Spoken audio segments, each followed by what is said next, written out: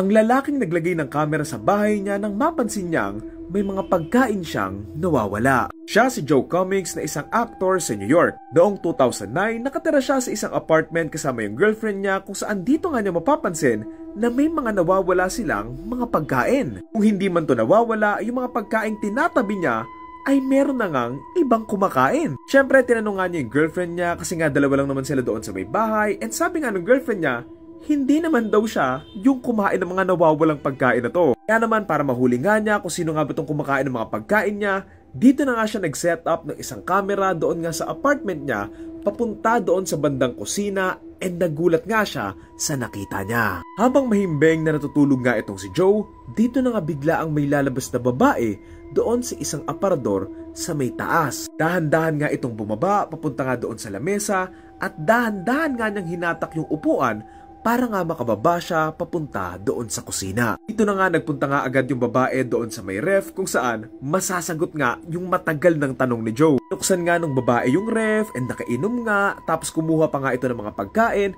and nakaipa nga doon sa lababo nung kusina niya. Kaya maya lang makikita nga nating chill-chill nga lang itong babae na to, pero dito na nga siya magugulat at magtatago nang biglaan ngang magising itong si Joe. Luckily for her, hindi nga siya napansin ni Joe na siguro inaantok pa nga, and pagkaalis ni Joe, bumalik din ang dahan-dahan itong babae na ito papunta nga sa aparador doon sa taas. Nabukasan, pinanood nga ni Joe yung footage at dito na nga siya tumawag agad sa mga pulis. Inaresto nga agad ng mga pulis itong babae na ito kung saan malalaman nga nila agad fully kung ano nga ba yung ginagawa niya dito. Itong babae na ito, gumawa pala siya ng kama doon nga sa malawak na aparador nga doon sa may taas, and kumukuha nga siya ng mga pagkain doon sa kusina at tinatago nga niya doon sa may aparador na yon. Ayon kay Joe, posible daw nakapasok yung babae doon sa apartment niya, siguro na makalimutan nga niyang malak yung pinto or bintana, and doon na nga tumira yung babae na to ever since. Palabas din according sa investigasyon na ilang linggo na rin daw nakatira itong babae na ito doon sa kisame nga nila Joe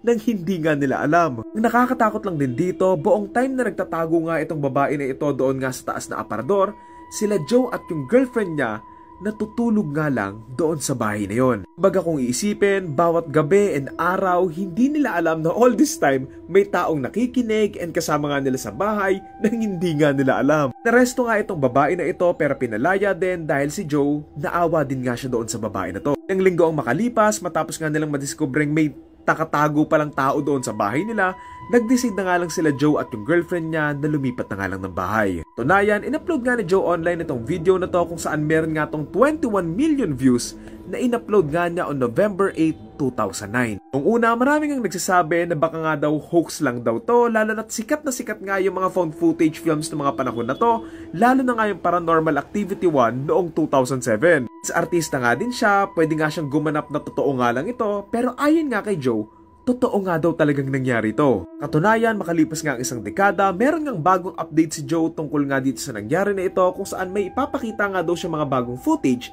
nung kinumpronta at inaresto nga niya itong babae na ito na nasa kisame nga ng bahay nila. Bagong footage, pinakita nga yung mismong aparador na ito at nung part na kinumpronta nga niya yung babae at nung sinugod nga siya nito, at dito na nga siya tumawag ng mga polis. So ayun, honestly, medyo 50-50 ako dito, pero kayo ba? Totoo kaya to? Or gawa-gawa lang? Comment nyo na lang. Thank you.